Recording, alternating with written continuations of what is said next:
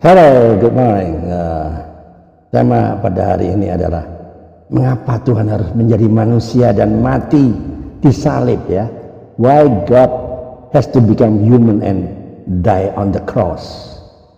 Ya, teman-teman, karena banyak orang yang non-Kristen, khususnya dari kalangan seberang ya, sulit memahami mengapa Tuhan harus menjadi manusia dan mati disalib. Mereka berpikir begini, kalau dia Tuhan, kenapa dia tidak langsung mengampuni saja dosa manusia dari surga sana? Ya enggak? Saya akan jelaskan ya, dengan jelas dan penuh kasih, supaya orang-orang seberang sana bisa lebih mudah memahami rencana penebusan Allah melalui Yesus Kristus. Ya, mengapa Yesus harus mati di kayu salib? Ya kan? Banyak orang bertanya gitu, dan ya orang Kristen kadang-kadang nggak bisa jawab. Nah inilah, kalau Tuhan Maha Kuasa, mengapa dia tidak langsung saja berkata dari surganya yang tinggi sana, semua manusia aku ampuni tanpa perlu ada penyalipan, tanpa darah, tanpa penderitaan, kan gitu kan? Pertanyaannya masuk akal ya? Iya kan? Masuk akal lah, masuk akal. Tapi mari kita renungkan, kalau pengampunan bisa terjadi tanpa keadilan, maka Tuhan bukan Allah yang adil. Ya, alright. Kalau keadilan dijalankan tanpa kasih, maka Tuhan bukan Allah yang penuh kasih, dan disalib kasih dan keadilan Tuhan itu bertemu. Nah ini perlu dipahami ya. Ayo yang berpikir cerdas dikit ya. Bayangkan ya, ada seorang hakim agung di pengadilan. Ia sangat adil. Ya, namanya hakim agung kan, ia sangat adil. Namun suatu hari anaknya sendiri ya, anaknya hakim agung tadi menjadi terdakwa karena terbukti bersalah. Ya, sebagai hakim agung ia harus menjatuhkan hukuman, karena hukum tidak boleh diabaikan, ya enggak? Namun sebagai ayah kandungnya, ia meneteskan air mata, ya, lalu membayar sendiri denda anaknya. Itulah yang Yesus lakukan di kayu salib. Tuhan tidak meniadakan hukum, tapi menanggung hukum itu untuk kita. Ya, Roma 6 ayat 23. Sebab apa? Upah dosa ialah maut, tetapi karunia Allah ialah hidup yang kekal di dalam Kristus Yesus Tuhan kita. Dosa menuntut kematian. Tuhan tidak bisa mengabaikannya karena Dia itu Tuhan yang adil. Tapi karena kasih-Nya, Ia menyediakan jalan keluar. Ayo mikir ya. Ibrani 9 ayat 22. Tanpa penumpahan darah tidak ada pengampunan dosa. Darah itu melambangkan apa? Hidup. Hanya dengan pengorbanan nyawa dosa bisa ditebus. Ini persoalannya. Jadi bukan dengan perbuatan baik, bukan dengan ritual-ritual agama, tapi dengan korban yang sempurna. Galatia 3 ayat 13 ya. Yang pintar mencatat ya. Galatia 3:13. Kristus telah menebus kita dari kutub hukum Taurat dengan jalan menjadi kutub karena kita, sebab ada tertulis, terkutuklah orang yang digantung pada kayu salib. Jadi Yesus rela menanggung kutub supaya kita dibebaskan dari kutub dosa. Ia tidak dikutuk karena dosanya, bukan, tapi karena dosa-dosa kita yang ditanggungnya. Itu, ayo mikir ya. Suatu hari seorang guru berkata kepada muridnya, kalian semua boleh mencontek, tapi ingat, nilainya bukan kejujuran, melainkan hasil dari contekan Anda. Semua murid apa? Mencontek, kecuali satu anak. Dia tetap jujur, walaupun nilainya rendah. Nilai sebenarnya bukan di kertas, tapi di hati. Dia dan dialah hanya satu yang lulus, yang jujur. Demikian juga Allah tidak menilai kita dari ritual dan kebaikan luar, tapi dari hati yang sudah disucikan. Dan hati manusia tidak bisa disucikan dengan usahanya sendiri, tidak bisa, tapi harus ditebus dengan darah yang kudus, yaitu darah anak Allah. Karena darah manusia, semua manusia itu berdosa. Tidak ada manusia di jagat raya ini yang tidak berdosa, hanya Allah. Jadi harus ditebus dengan darah anak Allah. Forgiveness is not free. Someone has to pay the price. Pengampunan itu tidak gratis. Selalu ada yang harus membayar harganya. Ya, teman-teman yang terkasih di dalam Kristus Yesus, ada seorang bapak yang berkata, saya orang baik, tidak pernah mencuri, tidak pernah membunuh, saya pasti masuk surga. Lalu temannya bertanya apa? Kalau gitu Yesus ngapain capek-capek mati? Lalu Yesus mati buat siapa? Ya, seringkali ya manusia berpikir dirinya cukup baik.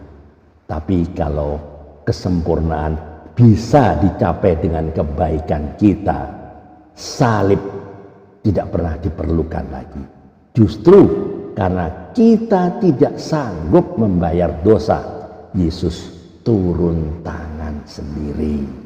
Ya, teman-teman, ya saya berikan contoh yang lebih ada yang di Alkitab ya. Abraham dan Ishak, Kejadian 22 ya. Tuhan meminta Abraham mempersembahkan siapa? Ishak, anak satu-satunya yang ia kasih. Tapi sebelum pisau itu menyentuh Ishak, Tuhan menghentikannya dan menyediakan domba pengganti. Itulah gambaran dari apa yang Yesus lakukan di atas kayu salib. Kitalah Ishak yang seharusnya mati, tapi Yesus muncul dan menjadi domba pengganti yang menanggung hukuman itu. Ya, sama Yohanes Pembaptis berkata ya, melihat Yesus, lihatlah anak domba Allah yang menghapus dosa dunia. Yohanes 1 ayat 29 ya. Di sini Yesus disebut apa? Yesus disebut anak domba karena hanya Dia yang layak menjadi korban yang sempurna ya. Yesaya 53 ayat 5 berkata, Dia tertikam oleh karena pemberontakan kita, diremukkan oleh karena kejahatan kita. Ganjaran yang mendatangkan keselamatan bagi kita ditimpakan kepadanya, dan oleh bilur-bilurnya kita menjadi sembuh. Ini nubuatan sudah ratusan tahun sebelum Yesus lahir. Itu menunjukkan betapa terencana dan penuh kasih rencana keselamatan Allah itu ya. Teman-teman, Jesus didn't die to prove He is God. He died to prove that God loves. Yesus tidak mati untuk membuktikan bahwa Dia Allah, tapi untuk membuktikan bahwa Allah mengasihi. The cross is not a symbol of defeat, but the evidence of love. Salib bukan simbol kekalahan, tapi bukti kasih. Ya. At the cross, justice and mercy kiss each other. Di salib, keadilan dan belas kasihan saling berpelukan. Ya. Dalam keyakinan orang seberang sana ya, Allah itu Maha Pengampun dan Maha Adil. Dalam Alkitab juga sama. Tuhan Maha Kasih dan Maha Adil. Namun kasih dan keadilan tidak bisa dipisahkan. Kalau Tuhan hanya mengampuni tanpa menghukum dosa, maka Dia tidak adil. Tapi kalau Tuhan hanya menghukum tanpa mengampuni, maka Dia tidak penuh kasih. Maka Tuhan sendiri yang turun sendiri menjadi manusia di dalam nama Yesus, agar keadilan ditegakkan dan kasih diberikan. Itulah rencana penebusan. Bukan karena Tuhan tidak bisa, tapi karena Dia mau menunjukkan kasih yang sempurna. Jadi pesan moralnya, salib bukan lambang kutuk, tetapi lambang kasih Allah yang sanggup menanggung kutuk kita. Di salib Tuhan berkata, aku mencintaimu sampai mati. Yesus tidak mati karena dipaksa, tapi karena kasih untuk menebus kita yang tidak mampu menyelamatkan diri sendiri. He took our place so that we could take His peace. Dia mengambil tempat kita supaya kita menerima damainya.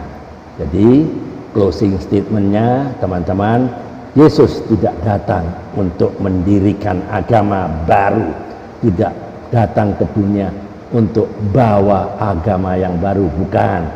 Dia datang untuk memulihkan hubungan manusia dengan Allah. Dia datang untuk memberikan relasi yang intim antara manusia dengan Allah. Darahnya bukan hanya menebus dosa, tapi juga membuka jalan bagi kita untuk mengenal Allah yang sejati. Salib bukan akhir, itu awal dari kasih karunia. Dan hari ini, saat ini, kasih yang sama masih terbuka bagi siapapun yang mau percaya.